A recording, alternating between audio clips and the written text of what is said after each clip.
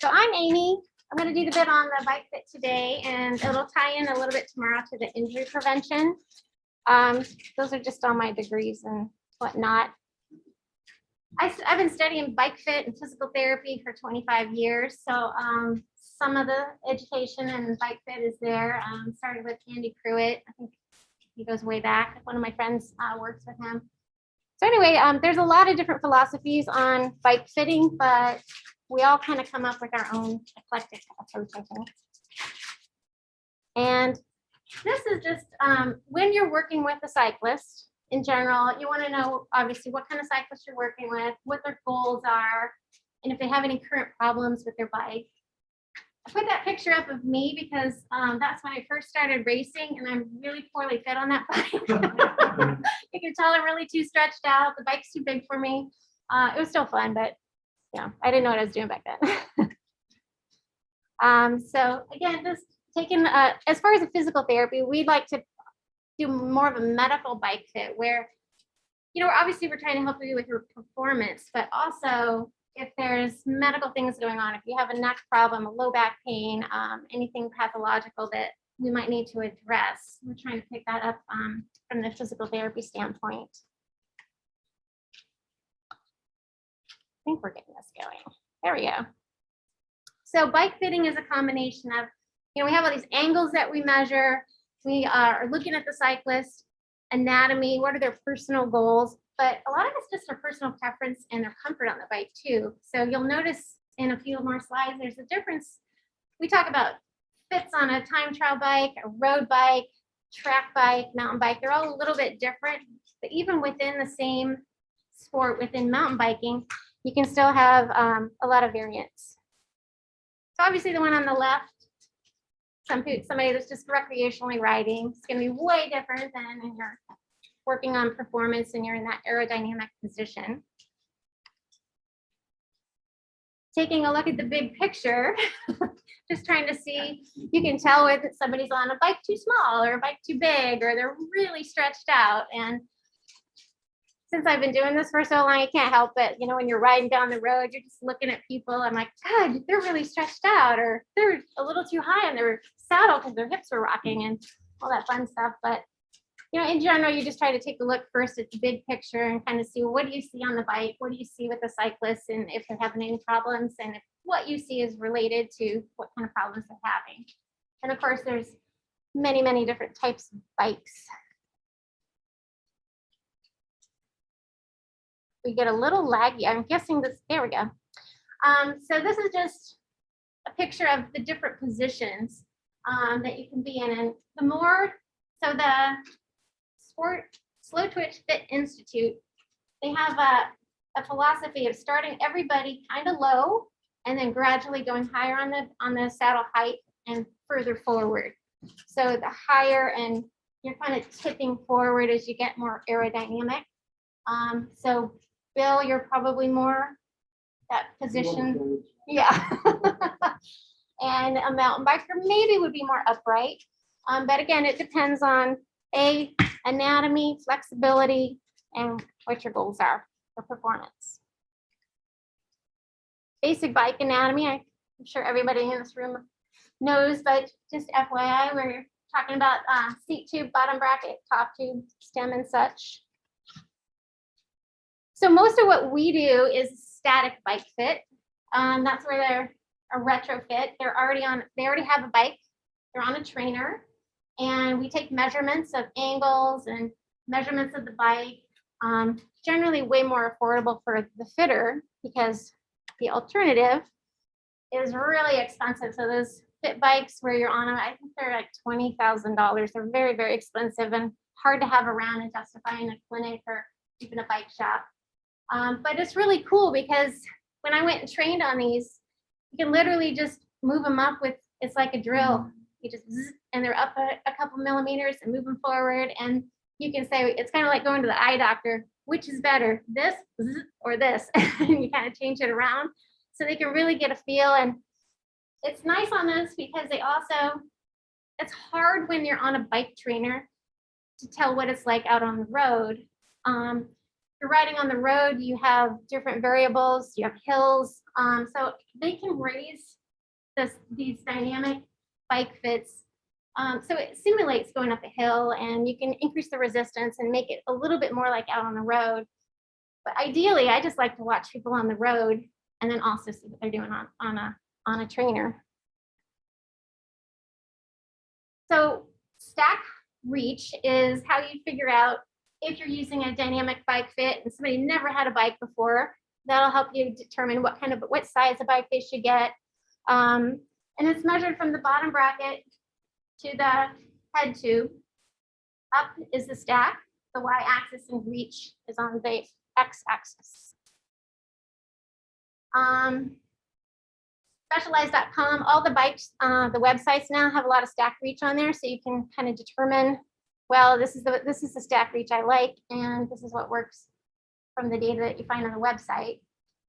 This is from the Slow Twitch people that I studied with, and they have really, really extensive database as far as if you want to get a specialized bike or a trek bike, they've got all the information on there and the stack reach as far as just a ton of stuff, head tube, angles, and all that for each specific bike.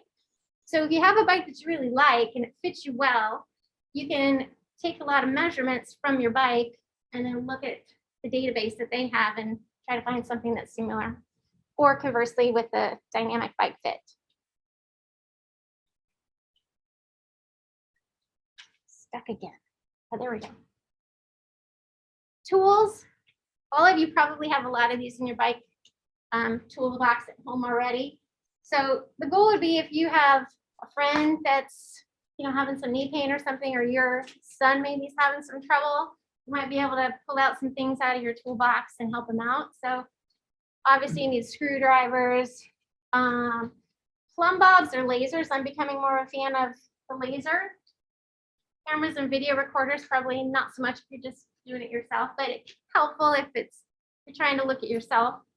And then the wedges, we're going to talk about in a little bit. Pedal spacers are really nice. Sharpies are super great for marking on the bottom of your shoe where your cleat is. So when you change out your cleats, you get it right again. So the difference of going to a bike shop or just trying to get a bike fit for performance versus a biomechanical or a fit assessment, again, is just we're taking into consideration somebody that's got really tight hamstrings probably can't get into that really low position. Maybe they have a leg length discrepancy. Again, just looking at other variables that we might need to take into consideration. That, as Billy was saying earlier, a kid that's maybe 15 that gets a bike and they're growing, they start increasing the saddle height, but the bars stay the same, so they're dropping down and getting lower and lower, and maybe eventually they start having back pain because they started off here and then they ended up with quite a drop. So to start with, we have 3 primary contact points. We always start at the feet. So we look at the pedals, cleats, cycling shoes, and the crank arm leg. So that's number 1 where we start. And then we go up to the saddle or the pelvis. Called the cockpit, if you will. It's saddle selection, it's the fore aft of the saddle, and the up and down or the saddle height. Then the bars, the reach, the drop. Also includes brake levers, hoods. And then there's the question, do you do clipless or non-clipless?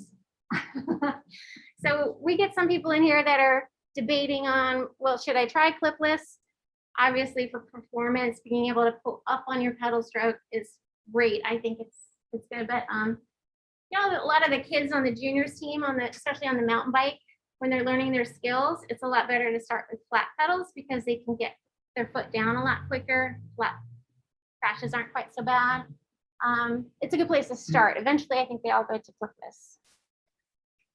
So when you have clipless pedals, super important to try to get the come on. I missed one. It's doing that thing where it jumps again. Gosh. There we go. Okay, so the position of the cleat, how your foot hits the pedal. We all, as physical therapists, we always learn that when the foot hits the ground, everything changes in a kinetic chain upwards. So it's the same on the bike. The position of the cleat, you can see the left one is a road, one on the right is a mountain bike, shoe and cleat. So why is the cleat position important? It's position, it affects everything up the chain in the knee, the hip, even the back. So when you're starting with the feet, you're talking about the position of the cleat. You can think about the cleats as going forward and back, in and out, medial, lateral. There's a rotation to the cleat. There's a tilt that you can add for wedges, orthotics inside the shoe. And then if there's any kind of leg length discrepancy, you might have to add shins to the bottom between the shoe and the cleat. So the first thing you look at is the fore aft of the cleat. That's the forward back. You try to generally aim the first metatarsal phalangeal or the big toe joint over the pedal spindle. When you measure that, so we've got, you can see on the slide, there's a little dot aligned with the pedal spindle and the laser. The crank lever should be at 90 degrees. And you can, again, you can use a laser, you can use the sticker dots. And anytime you're messing with cleats, you got to have something to dig out dirt and get the screws out. So the thing to remember about bike fit is, and moving cleats and things, that is, the human body isn't as symmetrical as the bike, especially noticeable on the foot. So that's a picture of the foot on the left.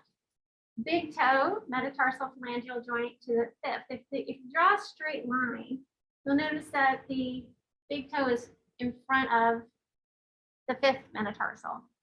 So when you're lining it up, a lot of the textbooks will say line it up, the pedal spindle right with the center of the first metatarsal. Some people find it a little more comfortable though, slightly behind, and that's because, again, of just the alignment of the foot, and everybody's foot's a little different. Our anatomy is always a little bit different. So to fine tune that, if somebody's having discomfort or pain in their Achilles, we got a patient right now that's coming in for, he only has pain in his Achilles when he's riding. So we messed around a little bit with his cleat, and generally you might need to lower the saddle. If they're too high and they're really towing down with their pedal stroke, they might have a little more discomfort in their Achilles area. If they have discomfort in the arch, you might need to move the cleat forward just a little bit or raise the saddle. So adjustments of the cleat and or the saddle can help.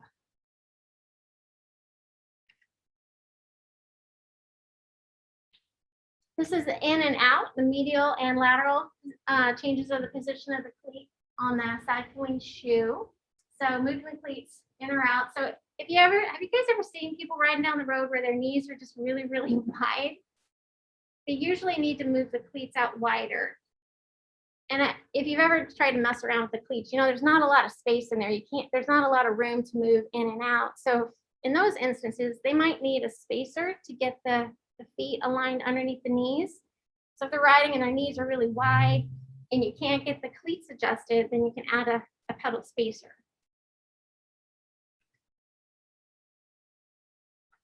Conversely, if the knees are dropping in, there's a couple things you could do. You can, instead of bringing the feet out, you can bring the feet a little closer in, or you can use wedges. These are like orthotics that you put between the cleat and the shoe. So if the knee's dropping in, like you see in the red there, you've seen people riding their bikes where the knee just keeps dropping. There's kind of a wiggle where it drops in and back out. It's like a little figure. You can stabilize that to some degree by putting some wedges under the cleat. So it's, again, just like an orthotic in a shoe, but orthotics that you would normally wear to walk or to run don't really work when you're on a bike, because orthotics in a shoe, they're all adjusting and correcting at the rear foot. And then when you're riding a bike, it's floating in the air. There's no weight bearing on it. So all the correction has to be right under the metatarsals.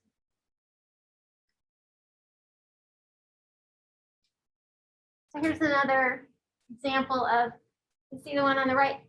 you don't always get perfection. It's not like the goal is to get the knee 100% straight. A little bit of wiggle's normal, but if it's really significant and the knee's dropping inward, again, wedges can help that. So the use of lasers in the frontal plane, looking straight on at the cyclist, you can see instead of the dot, you've got these nice things that you can attach to the cyclist. See the dot to see how much wiggle there is, how much deviation of the knee or the proximal tibia. And that just helps you to figure out how much can you control it with wedges, with changing the cleat position. Sometimes it's just more a matter of they just aren't quite stable in their hips, or they need some retraining, which we'll talk a lot about tomorrow, but just teaching them how use of lasers to A, determine whether they're deviating quite a bit, and B, it can be a good training tool. So if you got a mirror and the cyclist can see their knee, they can possibly retrain that without having to put a bunch of junk under their cleat.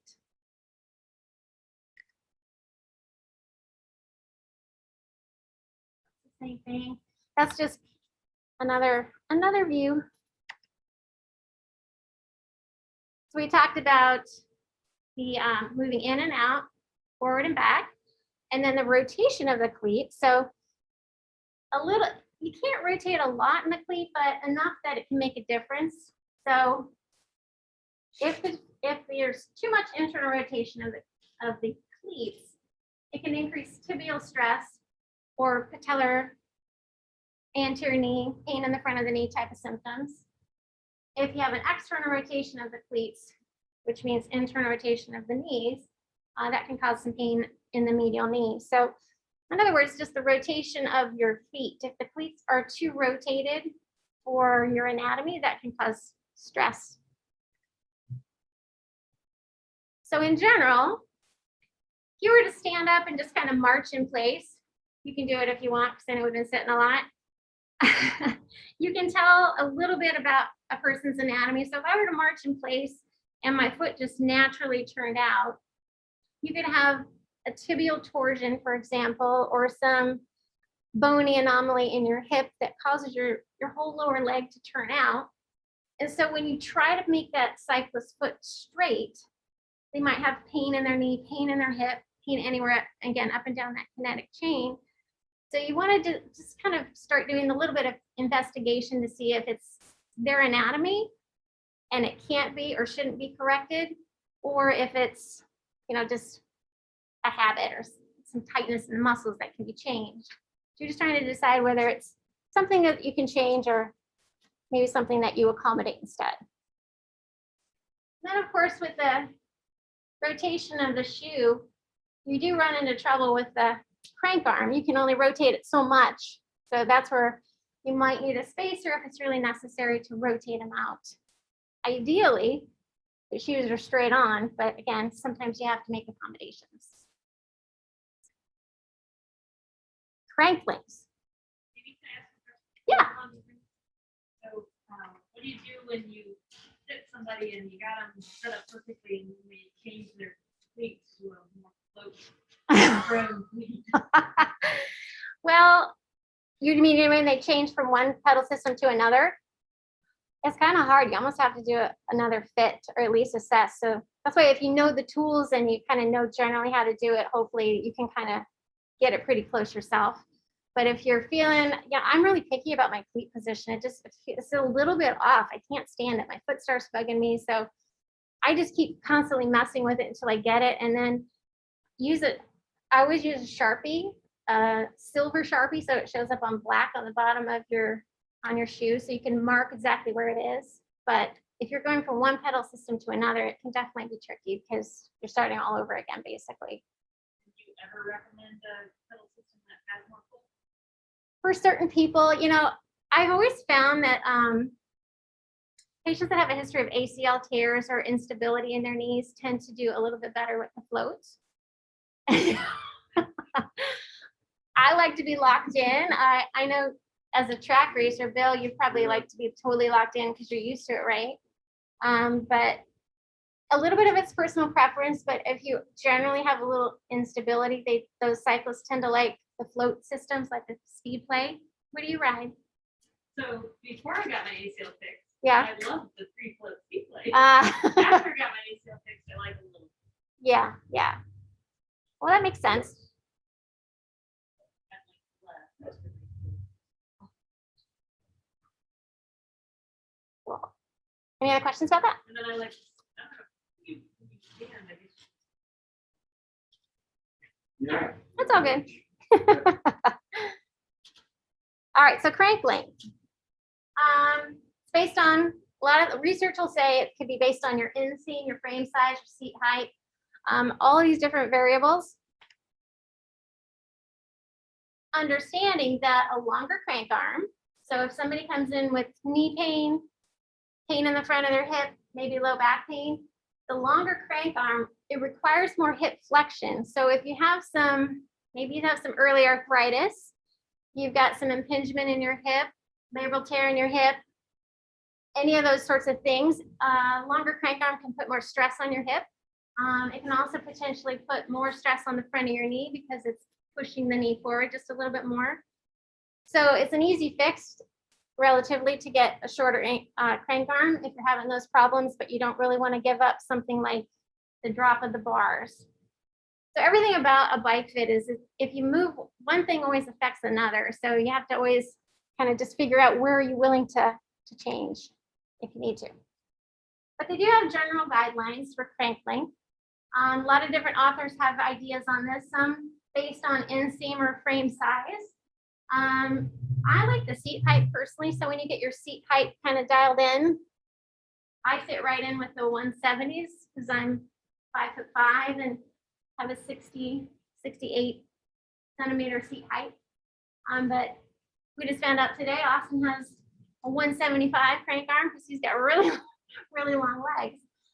So again, there's a few variables, but that's a good general guideline. Okay, so saddle position.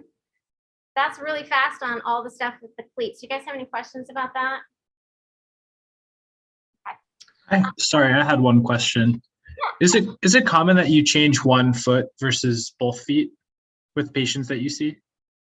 Yeah, you would think that the cleats are going to be exactly the same on both feet, but often our feet are not exactly the same. In fact, a lot of times one foot's a little longer than the other, one foot's a little wider, maybe you have a bunion on one side. There's all kinds of different variables. Maybe you pronate a little bit more on one side. So a little, and again, the changes that you do in the cleat are really, really small. They're millimeters of movement. So the fore aft, you might look at, I flip the shoes over and I measure the distance from the front of the shoe to the cleat. And it doesn't work when you put them back down and you're like, look at the pedal axle and the metatarsal. So it doesn't always, in other words, they're relatively not the same, more than they are the same. Does that make sense? Yeah. There's a lot of anatomical differences in the feet and the lower leg, which equates to the cleats are generally not in this exact same position. But it's a good starting point. Like when I first started riding, you get your cleats, you slap them on your shoes, you measure them, make them look kind of sort of symmetrical, and then you go ride and see what happens. But Gotcha. Thank you. yeah, sure. I find I always enjoy that, when I change my cleats, it's, get them right in the middle. Never had a nice like that. But I always blame my cleat or the pedal itself. It seems like it's worn out or something like that. You ever find that a pedal really wears out as opposed to a cleat? The pedal, as in the pedal spindle? The thing I'm putting my cleat Oh, the into. cleat on Yeah. the, oh yeah, mine always wears out on the side I put my foot down. The pedal itself, though, not the Oh, cleat. not the cleat. Yeah. I don't know. It happens a lot when the cleat starts to wear, Yeah. and you're allowing the cleat to get more dirt onto it, and then that starts to wear the hinge.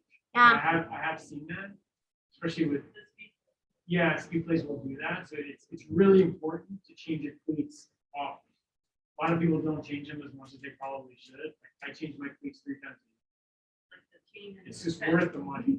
Yeah, because you're talking about the kinetic chain, like you're affecting that. When that starts to wear, you're affecting the whole entire body. So if you have fresh cleats all the time, you have to eliminate that cost. And it's $25 cleats, it's worth it. My brain wears out. So what they were just saying for those of you on Zoom is that it's really important to change your cleat. Billy was just reiterating the fact that that really makes a difference in making the pedal last longer and all your equipment. Yeah. So you were talking earlier about insoles and just wondering your take on and what insoles you might tell someone to get if there's a certain brand or company that you recommend, and then just how often you're giving that recommendation. Because I know that most cyclists don't even consider insoles when they buy their shoes. The insole is really kind of just to cradle the foot, make it more comfortable in the shoe. There's not a lot of correction that's happening when it's a cycling shoe. So I go with wedges before orthotics or inserts, but super feet's good if it's just to make your foot feel a little more comfortable in the shoe. If it's really hard, some people have problem with, getting used to cycling shoes when you're new at it, and the hard soled shoe can be really challenging for some. They're just not used to that hard soled shoe. So a little bit of orthotic in there can help, but I don't generally recommend any specific orthotics. If you, I used to make orthotics for cyclists, and it would always be, it's a really hard orthotic for one, because it has to be similar to the bottom of the shoe. And two, you correct at the metatarsals in the forefoot versus at the back of the foot. Because again, the back of the foot isn't going to do you much good because it's floating in the air and all your pressure is really coming through your metatarsals or the forefoot. Make sense? Yep. Any other questions on the cleat? Okay. All right, so saddle position. Similar, you can go up, down, forward, back. You don't want a rotation and you don't want to tilt. How do you choose the right saddle?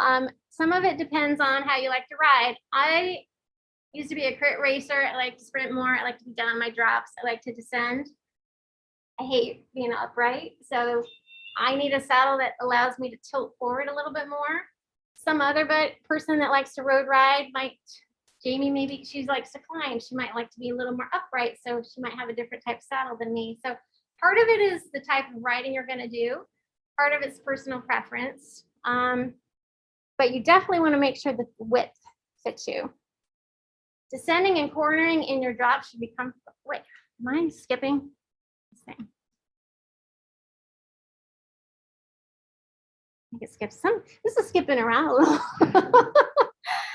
Anyway, the point being with this slide is just that to be comfortable in your drops, so that you can descend safely and be comfortable.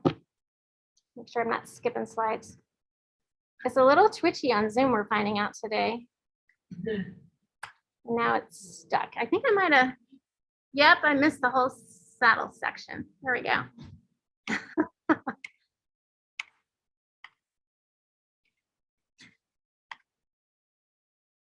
Okay, sorry about that. So when you're adjusting the saddle, just remember that anytime you go up with the saddle, it effectively goes backwards as well. If you lower the saddle, it effectively moves you forward. So it also affects the drops, which is why you kind of do it in the order of shoe and cleat first, then saddle, then the bars. So leveling the saddle. I use a metal or just any kind of flat surface with a leveler on top, just to make sure that your saddle is level. Anytime you adjust it, I always want to recheck it because it can just, you tighten it just a little the wrong way and all of a sudden you have a nose that's tilting down. Suddenly you're putting too much weight through your neck and shoulders. So you said something earlier though about the way you rode and how you wanted to slide tilt forward. Are you talking about? Oh, tilting the it's saddle? coming, it's coming. Okay. Hang on one sec. All right. Saddle width has to fit your sit bones. So they used to have, women's saddles were something brand new. Christine's back there shaking her head. Like we had these crazy women. I think I still have some. They're like super cushiony, crazy women's saddles, right? But generally, if you go into a bike shop now, they will measure your sit bones so that you get the right width of saddle. you have a saddle that's too narrow, your ischial tuberosity, the bones that you're sitting on, you're going to get a lot of excessive motion. So it might look like your saddle's too high because you're getting all this wiggle in your pelvis, but maybe it's that the saddle's too narrow. So again, you can get fitted at a shop. Brett, do you have one of those yet? The saddle measurement, the ischial tuberosity? Yeah. Basically, you sit on something squishy and you measure the distance between the ischial tuberosity, and then you can figure out what's the best width of the saddle to get. Examples could be like a 143, 155, 168 for a specialized saddle, for example. So this is kind of just to show you the differences. So big, round, squishy. Those are going to be for your recreational rider, somebody that just wants comfort, that's going to be more upright. And then you've got all these different variations of cutouts. Again, personal preference and partly where you ride on the saddle. So as far as the saddle cutouts, you can definitely ease pressure in some sensitive areas.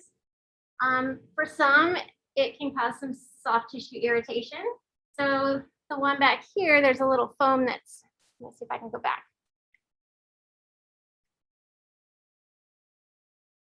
This is my personal favorite right now because there's a little foam in the cutout. It's just comfortable for me, but again, it goes to personal preference.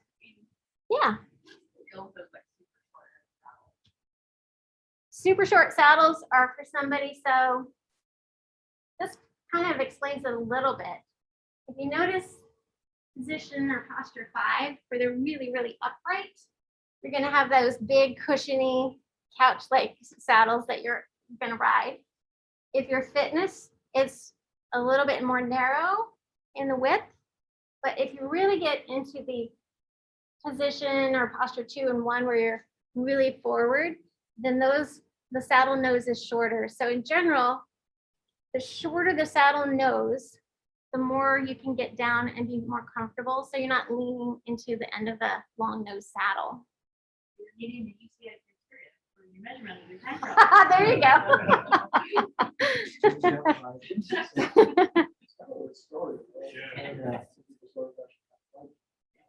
Then people also noticed over time, people that are fixed on their like people that don't move around a lot are really good for those styles. Like I got one recently because I don't really move.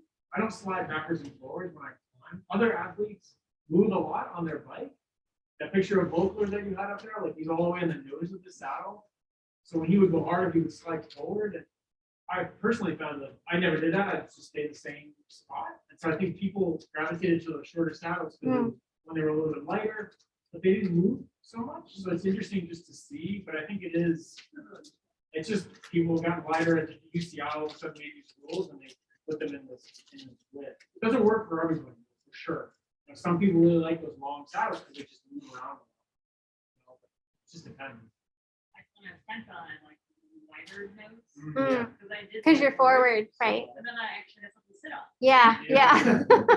That's true. But mostly it was the short.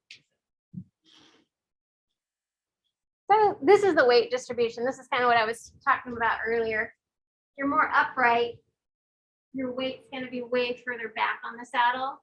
As soon as you start leaning forward, your pressure points change. So when Christine's talking about time trialing, all of her weight's on the nose of the saddle.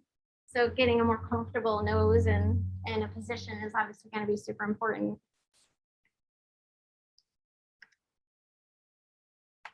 Whoops, too fast.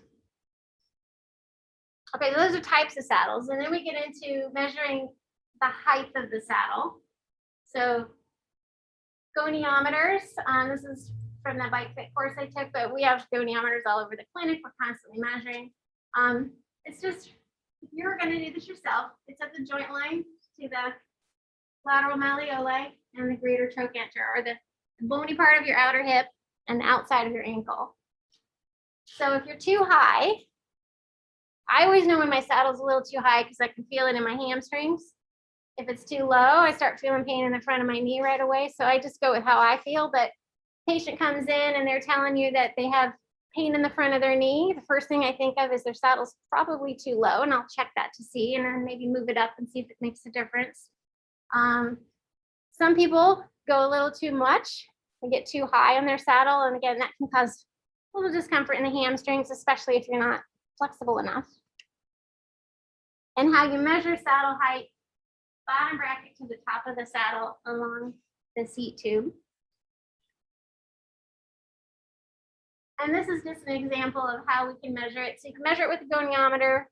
You can use, there's all kinds of different apps and ways you can measure it. So let's say you're not sure how your saddle height is. You can set up your iPad, measure it, stop it when your pedal's at the bottom of the pedal stroke, and just kind of measure what the angle is. Just say in case you don't have somebody to help you. It can be helpful. So that's saddle height. I feel like I missed a slide. Hang on one sec. We talk about angles somewhere. Oh yeah, we missed a bunch. There we go. So the recommendations on saddle height and that knee measurement that we're talking about. So when we say 30 degrees, think of this line that confuses some people who aren't measuring knee angles all day. It's generally 25 to 30 degrees. The bike fit people, bikefit.com, Paul Swift says 27 to 37. There's some study by Holmes where it's more 25 to 30, which is kind of what I find. What do you think, Billy, as far as? Yeah.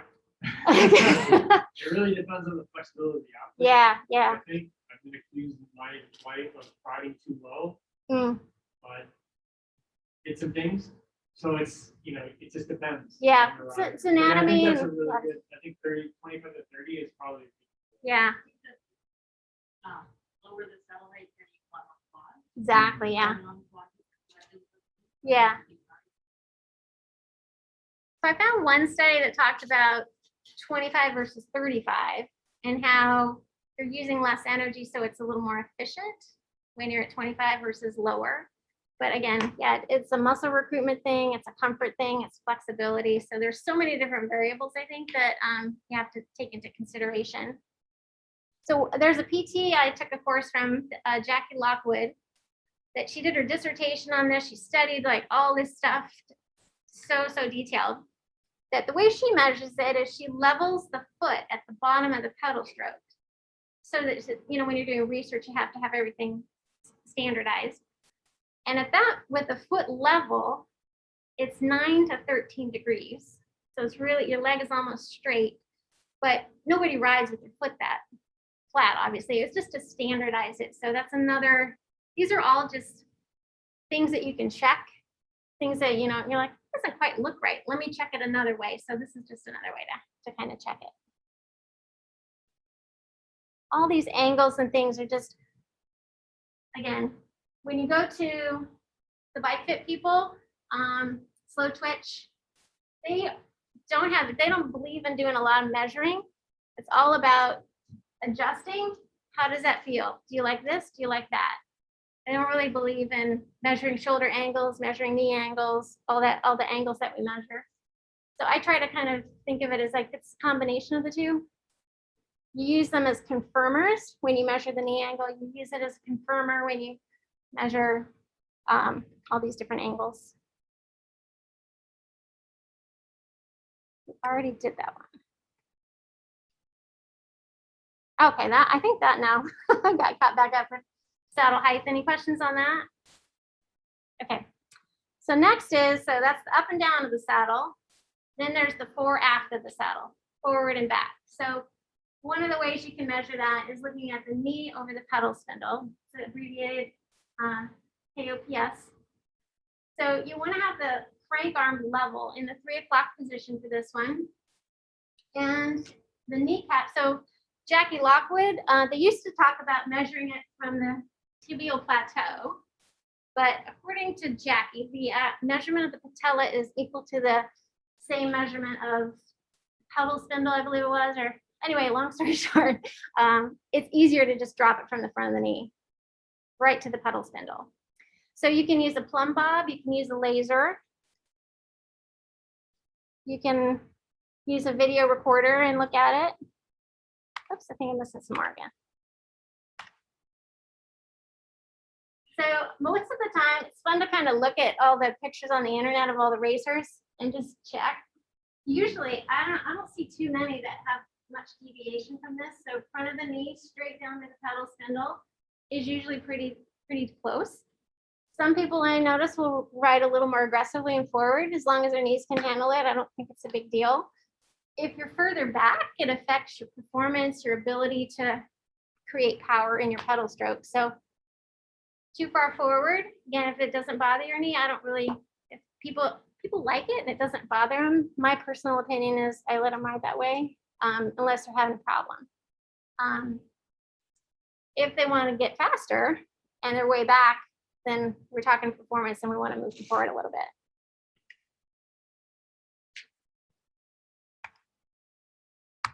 Make sure I didn't miss any more. That. Okay, I think I got that. Questions on that? All right. Handlebar position. We'll try to get through this real quick. You've already got the cleats locked in. The saddle position's pretty good. So for the bars, it's the reach and the drop are the main things. There we go. So some say, measuring the distance of the shoulders is somewhat equivalent to the distance of your bars. I think it's a little bit personal preference too. So the people that Paul Swift and Karen Vogel often suggest that you just grab the bars in the shop and see what feels comfortable and kind of move them around. Somewhere between, giving them a range is usually a good thing. So mine are pretty locked into my shoulder width is the same as my bars. So when you measure the bars, it's typically center to center in centimeters. So a 42 centimeter, roughly equivalent to the width of your shoulders. For bike hand, I know for track, you're going to be a little more narrow. For somebody that's more recreational and wants to feel more stable, they might go a little wider. If you have big, bulky, muscular shoulders, you might go a little wider if that feels comfortable. But so it goes back to, it's a combination of comfort. What are you doing? You're on the track. Are you just riding to work? Those sorts of things, and comfort. Mountain bike bars obviously are much wider.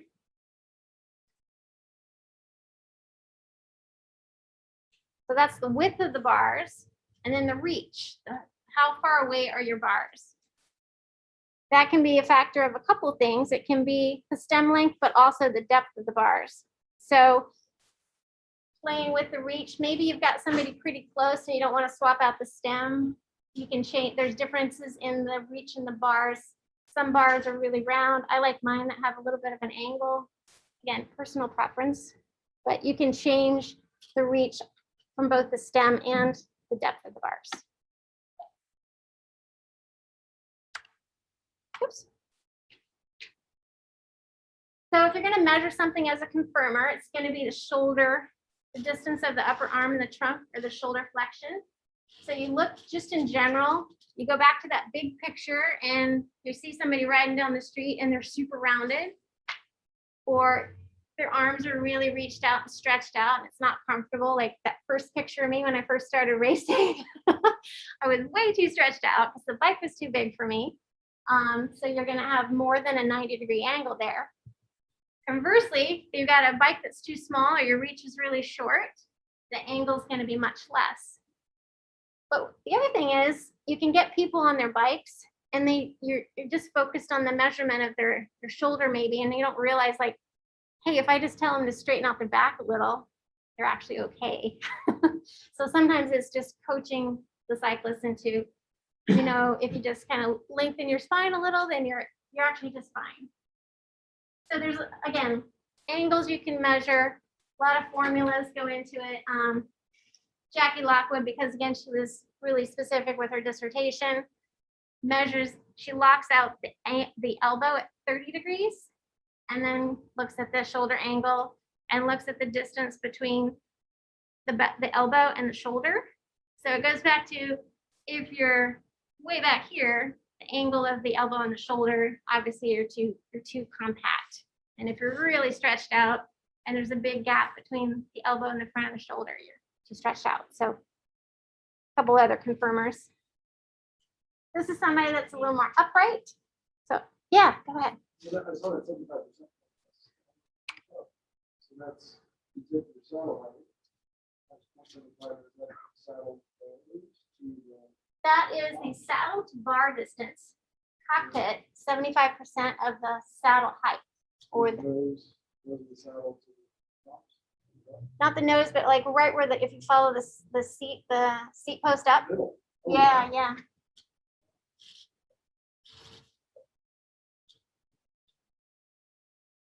A lot of these formulas, sometimes they work and Yeah. sometimes they don't. All right, let's see here. So confirmers, you're measuring, also depends on whether you're on, if you tend to ride on your brake heads in your drops, or if you're in a time trial or arrow position. This is another confirmer might be the angle of the torso angle. So how low they go. Just again, generally, if you're riding on the hoods, the trunk angle is around 40 to 50 degrees. You're in the drops closer to 30 and 40.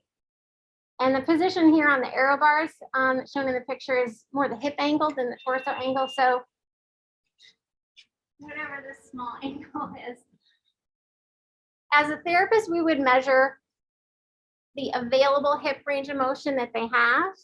And if they're at end range and it's really pinchy there, then we bring them back up based on, again, cyclist anatomy, flexibility, all those different variables. So that's basics on the reach. And then stem height, the up and down of the stem, how low you want to get down in your bars. Again, sometimes it's a flexibility issue. Sometimes it's people just don't like, I have a lot of patients that'll come in to say, I just don't like to ride in my drops, which either means I'm not talking about you, Jamie, I promise. It's more, I feel it's safer to be in your drops for descending and cornering. And if a client's telling me, well, I can't get in my drops or it feels really uncomfortable, then it might be better to just bring them up a little bit so that at least they can get in their drops. But again, all choices. So ways that you can change both the reach and the drop of the bars, all kinds of different stems out there. You can flip them. An estimation would be for bar drop, 10% of the estimated seat height can give you a general estimation of the bar drop. Around 6 degrees, positive or negative on the stem angle. So you can flip it one way or the other. It's pretty common. They also have riser bars now. They also have, we also have spacers. So there's a lot of ways that you can raise or lower bars. Riser bar drops in lieu of a taller head tube or higher riser stem, or adding spacers. And then last is the positioning of the brake levers. So you just want to make sure that your brake levers are not too high or too low. If you're having to really reach down, that can cause some problems. If your brake levers are too low, you might get some wrist problems, or even worse, not be able to grab your brakes. I emphasize you can change the distance of the reach of for women or smaller. True. You'll feel a lot safer if you don't have. Yes, exactly. So Christine was just saying, you can change it for smaller hands to be more upright, so you don't have to reach it so far away. Is that right? At least Shimano. Yeah. Bring in the. I'm bringing them out. Levers are. Yeah. The good thing now is that they have so many bar manufacturers now are making smaller reach bars. A lot of stuff when all this abuse being manufactured, no one thought about it. It was really unfortunate. You just had to make. But yes, now the bars are shallower, meaning the drop is not so much, Yeah. the reach is not so much. You can bring in the levers, it makes it a lot. Mm-hmm. For We sure. find it with juniors too. I mean, juniors are small sometimes, and they're riding the stuff that's gigantic. Yeah. Okay, so for neck and back pain, we're gonna check the bar reach. If you're too stretched out or too close, a lot of people can come in with neck problems. Knee pain, patellofemoral problems, check the saddle height and the fore aft. Achilles tendinitis, ankle problems, often a cleat saddle type of thing, or check their pedal stroke. Foot numbness, check your cleat position, and definitely saddle soreness. Just some people either need to be reminded of wearing biking shorts, the proper type of cycling shorts, or definitely changing a saddle. So there's just kind of a summary of what I used to do as confirmers at the end, but kind of whip through that fast, try to catch us back on time. We're getting close. Questions? Cool. Any questions from the Zoom people? Have you found, Amy, that a lot of new bike fit information more and more has provided knowledge about athletes going through shorter frames? Is that Yeah, something that- I mean, that's yeah. something that I've noticed, like Brandon McNulty, for instance, is 6'2" and he rides 170 frame. Whereas 170s. Oh, wow. Yeah, I definitely think, Because he had a hip impingement, so that was the main thing. Yeah. yeah, for sure. The shorter crank lengths definitely reduce the stress on the front of the hip, anterior knee. I'm not sure from a performance standpoint if it's affecting power. You could probably answer that better than I. We haven't seen much discrepancy in a lot of the studies that I've seen. It's when things get extreme, that's when you see it. But a lot of athletes are good with same power from 165 all the way to 170. And so it was pretty fascinating. Like there was an Australian student sport study that came out recently. And they showed that it was almost none. What they did see, James and I talked about this at length, is when you get on a time trial, like things radically change because they angles. So we've seen a lot of athletes going to shorter ranks so they get lower or aerodynamic. But it's interesting, even on the road, Brandon had no change in power at all. And so he just liked the 170s better because he also spun, he was much lighter on the pedals. So it's just fascinating. I just wanted to, from the literature, you're seeing more and more people moving that. I do see a little bit of that, and they were talking a little bit of that at the Fit Institute, but I don't have any data or research to really quote on that, but I just see people riding a little shorter crank arms. Certainly if you have an impingement in the hip or anything going on in the hip or the knee, I think it's a lot more comfortable for people from the PT standpoint, but yeah, I would agree. Yeah. So, I have a bike that's actually fairly old now, probably fitting, but, over time, various things have been adjusted. And so the idea of any sort of coherent set of measurements or anything like that seems to me probably to have gone out the window some time ago. So I'm wondering if I were to want to sort of refit myself, would I be better off to start off fresh, get a new bike, and start from there, or retrofit to a bike that I generally kind of like? But If you really like the bike you have and you want to do a retrofit, I think I missed a couple of slides because this thing was a little glitchy, but there's a tool that measures your stack height. I can actually grab it from, do you want to grab it, Jamie? It's hanging up on with those hurdles back there in the gym. It can measure your stack reach so that you can go on and buy another bike with very similar dimensions. But bodies do change, so maybe you're a little less flexible, or you've got some impingement in the hip that wasn't there. So taking into all those things into consideration would probably, yeah, thanks. well, actually, in particular, I have very little problems with most of the parts of my body except my knee. And that's something that's come on over the years. Right? And so I'm one of those people who doesn't want to get down into drops because It's sort of- uncomfortable, yeah.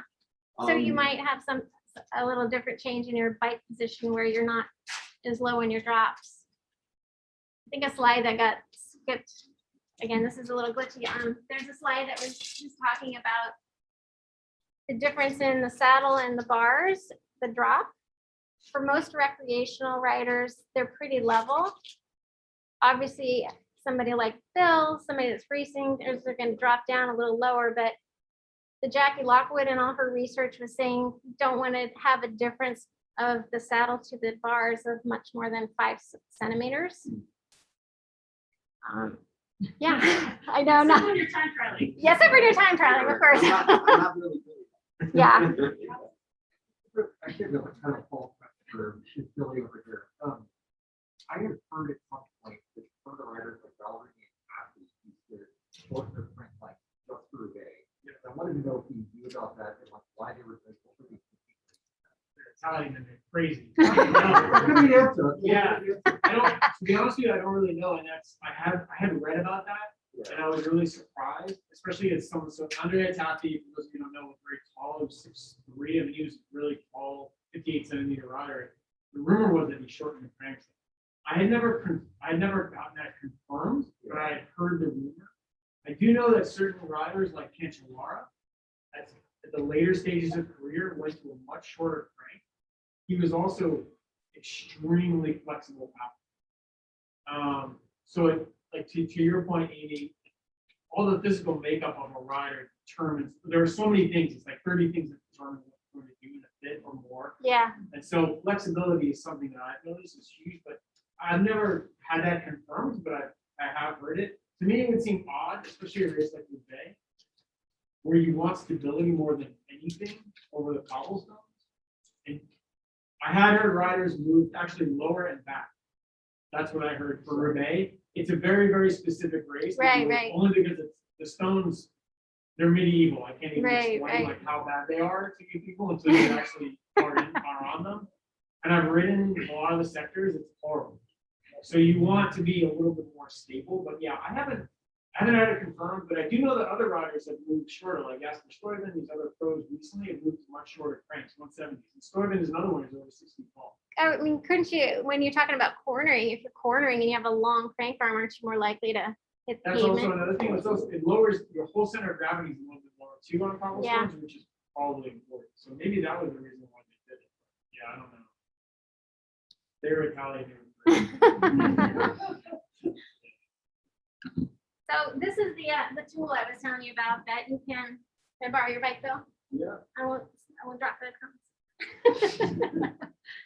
You can line it up with the bottom bracket. And so you've got an X and a Y axis that you can measure for both the bars and the saddle, or you can just do the stack height and get measurements that you can use or replicate if you want to get a similar. If I wanted to go get a bike that had the same dimensions as the one I currently ride, I could use something like that. I tend to use them less when somebody's coming in and they like their bike and they just need a couple little tweaks. But I was talking to Bill the other day and he was saying he was really disappointed because he went in and got a bike fit and they didn't change anything. Because a lot of times if you've been riding for a really long time, you're probably pretty close. And somebody that's been riding 30 years, 20 years, I don't want to make drastic changes because you're already comfortable. You already like it. I like my position on my bike. It might not be what another fitter might think is right, but you know, there's people all again, 30 different variables at the minimum of what goes into a bike fit. Main thing is what feels best to the cyclist.